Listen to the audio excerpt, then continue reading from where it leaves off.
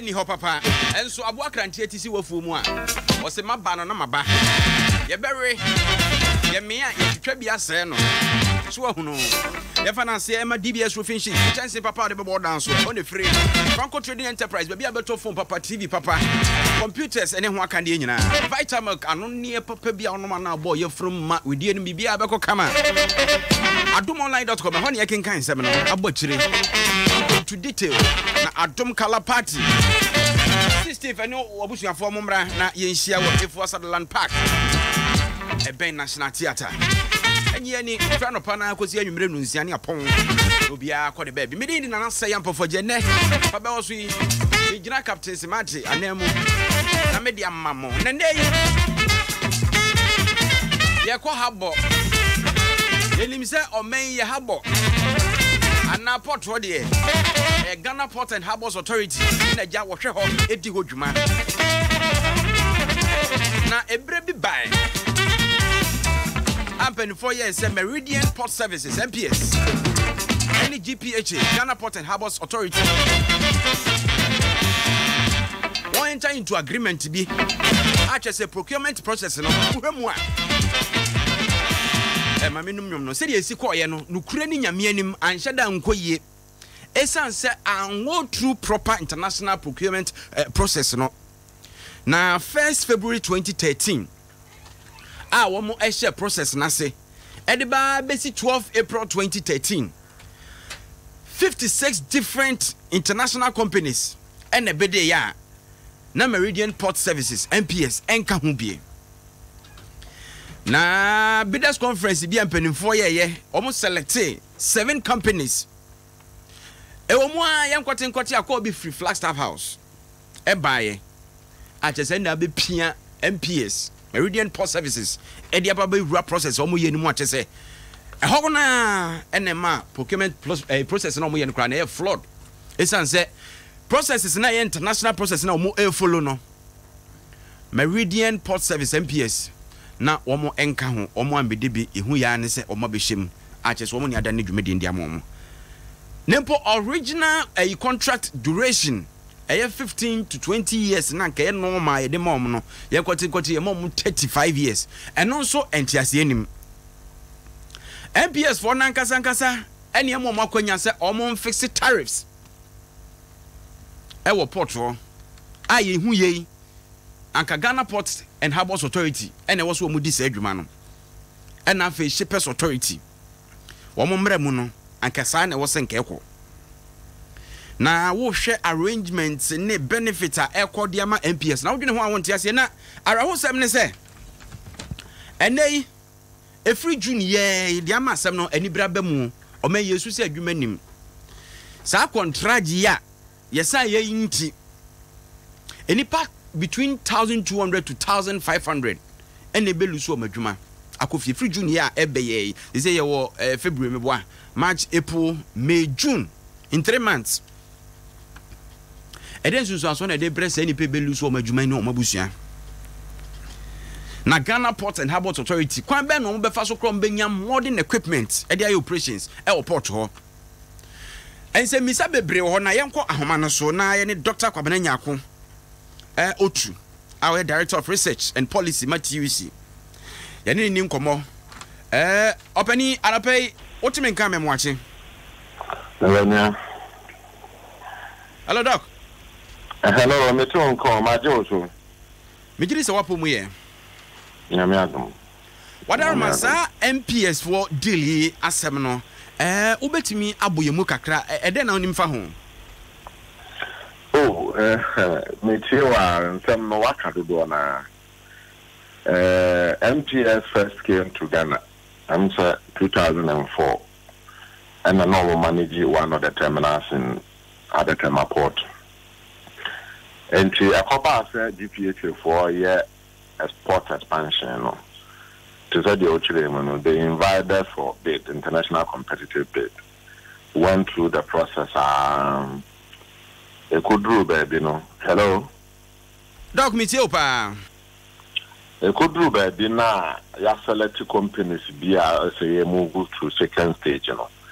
And a call back to say the Ochilemo, a call from Flagstaff House or more and yaisa process na and Cassandra Quemwan and KGPH for your Munyai. Name Mommy MTS for no and port expansion of Massam. Nesuhono, the only say MTS for no a dictate the terms of the agreement. And you know, the Omono Peno and Omon Saka, and it is all her documents near there, they are available now. Port expansion in normally a small investment about 1.5 billion dollars. Your information says by the close of BBBiano now I could be about 1.1 billion. But on mine also a more tax waivers of over 850 million dollars. Into almost spend 1.1 billion, and we actually know 850 million energy. Okay. But over terms now, idea how of no to say be the workers is your money determine charges. They are operating the largest terminals near the other. And to me, now the Sons will be a war or mine non-case institution. Your friend GPH. Ghana Port and Harbours Authority. Ghana Port and Harbours Authority, which or man in Bremuno or Mona as a say or more a developer port, normal manage port. Functions, you know, agreement na MPS for Nana, GF, GPH, and some Ediama MPS. Now, in San Sony Benefit. Mepacho, sa contract and one 2014 as 7 year king. In fact, the process started around 2014 and ended around June 2015 when we also signed agreement with MTS. Over to us now, for then informing my processor internationally accepted. Bidding process ni adie ni nyina no yetimi truncate no ma afa ko wi akire a voice or a call from Flagstaff House timi sense adie na den interest and adie benefit ni benya wo sa ade na yitwa mu no. I was then committing me the reason to, but officially not Newman back ni bia yenim ne say MTS for no a convince Flagstaff House say so almost the expansion project no ma almost be motorway no motorway extension 6 lanes almost be at the account at the actual mine no it be any about and now some other things so we shot na same home say 2016 mu no there was some small work be around the motorway roundabout and MPS for no say corporate social responsibility they boa mine no into ye bi kakra bi ho but the no mpo no e bro yes ade no enko for a nim GPH for ne highways for catcher say already no Japan for atia so be yes a major work here na yegusu aye no we into no ka and Kavunhi and Kiam Franco in the bed before as I ran about to panic, clear traffic in a few. But Sidia almost ever convincing California, the identity for so ya and is yard only no cry affair. Motorway expansion also no highways furniture, no highways furniture almost more plans for the motorway. And doing to me in 3 bed dinner man can say me about the send you motorway. Which many highways for me agree whether side expansion now obey no say if it's in the plan of GPH no they didn't consider that in this annual winning in every so promise in no anko yejuma into me be an no na no Ghana so be da e be no so personal interest in two into na koba say omsi omuntwa bidding process no omfa ade na MPS. Sir, obi interest omu na nipa no wa nwene ho say up to 1,200 to 1,500 employees eba ababa behwe o madwuma efri June ya eko. Secondly, GPH ye deprive omo of ebia ahoɔden ene bia financial muscle a wombetimi ede akekeka ne mabom kakrakra modern equipment wombeto ne ho keka ho amoma ye effective e wo madwuma o ye mu nipa no anwene saa de ne ho die pa na nipa ne kodwene ho it is in your money be over no more interest or be agunu bottom ba wo de no so kra to nchen a yes you can't believe bro from said the devil is in the detail wajin bi awie no wan ko read the who details and say sa nsunsan so say na ebeba and a bit so aba so bi ohun nsunsan so no mpa ono de ne de no na huhia no and GPH asama ebeto no anase workers the ebeto workers wo GPH minim say doc wakakoye director of research and policy ye den a mube do mu asu kokakra anye bia mo bachire ehwe Flagstaff House no table cropoten a sankrata ifa so na baby kura sa akọ nsakese ni free a ebedane ade na ni butu sa no as at 2014 2015 no eno de yentimi enye sa difficult yentimi bed cropoten free buy. Now, Flagstaff House, I mean, we are on penny not to Flagstaff House. The bow be on near the field to so. Because the any do a cotton a honeymoon session be at my end. It is a good hoof, she inquire, which is soon at it. A penny, young share at my four. I will cry make us a yammy pampo. Busumeka credi and we won't buy Beshro Munuma. At this time, I use soon. Unemployment ye pe kwan bia fa so bia se be ya enipa benya adwuma yen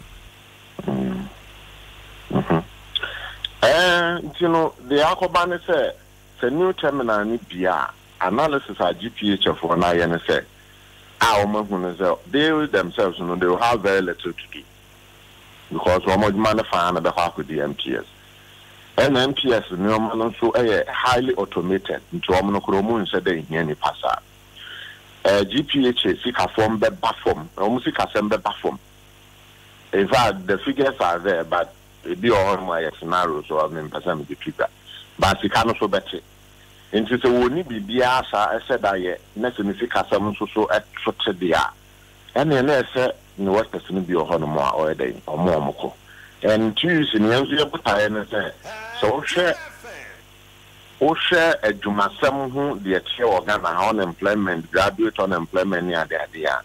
There's a song or Martinini or Abino intervene to make sure Sanko for no Omun so much. And Tianone, the entire my the issue statement are Barbontino.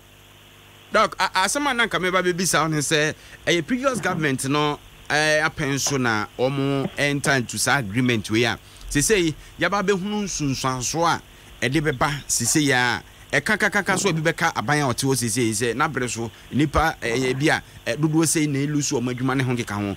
Isn't there a way will it be too difficult to say bia ye behwe na yaye bibi dia fa ho e was agreement yi ho ana?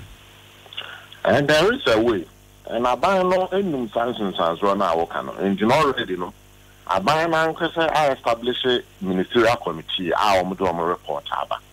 And the report is clear, say, as a submarine intervene, not only renegotiation of the contract to avoid Ejuma and Kofono evolution. But international agreement. Ejuma ne de no kwa ne wo mu ana say ye ma wo the power say wo na fix tariffs ne ho keka ho no ba as say GPH ya powerless ana say wo mu hu wo left from right no ni nyina ya de a call report nim ni nyina ko mu wo kan sa de no ho apan ya fa so negotiate agreement ni den ka kire say MPS no more one agreement and Akufo in 2004. No more manage one terminal. In Tinosa port expansion, there were two decisions. Either say in a separate agreement for this port expansion because I don't know a big. But MPS of one insisted say young amended 2004 agreement. And in that amendment, a new MP and Koyi. And no now for additions and so sabri, you know, I had until the report talks about Samuel was saying in it was about say PMBI they share MPS for Nensa. The revenue losses are for GPH for no encounter near that they can't answer me now. All right, obani minim say TUC for my for interest ya dey dama akoma so yepa anya bia mo mama ho timelines bi se bia mo hwe ni mo akosi brebi say ampa report na ba no aban no begina so dia ye adwuma ana se mo tena wa ye hwe ha ma bre na so ne bia mo nkrofo ekohwero madwuma afi ya bobom. Yeah, my timelines are, but you know say at the highest level aban mo no almost to take it serious, and we are working with them. And at this point in time, you need reason be to say, will be a shakan. AD has a sabri no do on my no Ghana for any my phone in another but you know our point, you know. We now see seriousness, and this is an international agreement, and so. And he himself, Martin, in Ankerson, a take his idea, we say in serious. All right. Apani, and I pay my anawasi. That's so. Dr. Kwabena Nyako Otu, Director of Research and Policy, TUC, and out to say, and no AD and community. I told the BIA na metenasi din na me bisa say, oh my Ghana. So share and name the four war professors, doctors, scholars. Nanso edru bra ye enter into agreement bi. Eya de e befa omanfo ne ho. Efa oman ne ho. Ye die ye nkan kro ye buntuo e free say ye negotiations fa ye gold ho ye menu asakese ho e de ba international contracts ye san bribia be no na ye bolega na ye bo yesulia say ye duru won money ye overwhelmed by enipa ye hia wo mo ye ntimi nkire ya dwene ye ba eduru amanyosem kakra ye ha na ye popo ye ne de ahodin. The ordinary Ghanaian and ye popo ye ni gu ne so a ensia duru ba bia wo say ye steadfast ye gira ye na so ye kura ye mudie mu sinkete kasi ye gina mu ahwese ade we ye tu na mo ba ko mienu miensa ebeboa ye manfo enan enum ensia na nya si ye tu na mo na ko yanim na ye yankasa nkasa na ye di anim no asa ho kwan kakra bi se de anane ase ye Bible mu a ewi akiro ne yere anim gu ase poto om se wuye no ase ya na kakra ne beta frɛ ni mu anim no an ho hia ye change so anso a e de be contract 2014-2015 ye san ye afei ena ehho ababone e be hyase a juni sa ban ya otisu amfane na ensi fom anka se da bi me nkrofo etwa mu contract yo mo san nhye da nya papa nti ade we ni mu nyimfrim ye mfa we ni nhye mu a nipa between 1200 to 1500 enye nipa ketwa o e ba be hwere o mo adwuma na yekum ti ase kura so osaman na akọ transamampom ayami ani na ho so man ye mpanimfo disappointment amu disappointing nipa epiam kokoduru soro ho no eda eya doso aso no obi akọ sebe akura asesa mo kwakote mango no waso nipa no emu se onfra mango no na nko won so mra na mu nyina mo sesa amango no a mu wi a mo ache na obi anya biadi na mu di bi kura akọ manipa wo fie wo fra mango na hu di abra na ye ku no akọ no akote na wadi na tete ni nwura na egu fom se de o fom no kron sam prince fu wura ni bi hu a ni bu befu areho e braso se mpanimfo mo dwene Ghana bibia mo ye bia press before onyu bia na me de pa o se asembi aramekano adibi arameye enka se mi bisa se ebe ye Yesu fe enti kana montu bia mutu bia na mo bisa mo sa dia me yei enti ebeboa me man ana adidida na ye onya didi preko na dia wo ye na wo sa ho kwan na bia wo de bo mamu ni nyina abro no ebe kokokokokokokwa baba bedru so ebia no apakisika kakra gudem so hunu abia bibiba sa ya sabia na osi no ansia obetimi atwa plane ticket no akọ ebia yare ne be kan no ye do be free akotena plane mu a ye di betu atwa be 11-10 hours e do akodu ba bia akọ no na nka bia unya aduro kakra bi so mu ha na nka otena ase bia akodu na age gon wo ye ho hwe nye yie wo ye ho hwe nye yie enti bibia ye bia ye nwene ho yie pa yɛde bɛsi nyame adom asɛm wei na wɔtwe bɛsi yɛbɛtoa so yɛba bɛdi nkɔmmɔ na only God can stop us now. 106.3 FM. Jim FM 106.3. Only God can stop us now. 106.3 FM. Jim FM 106.3.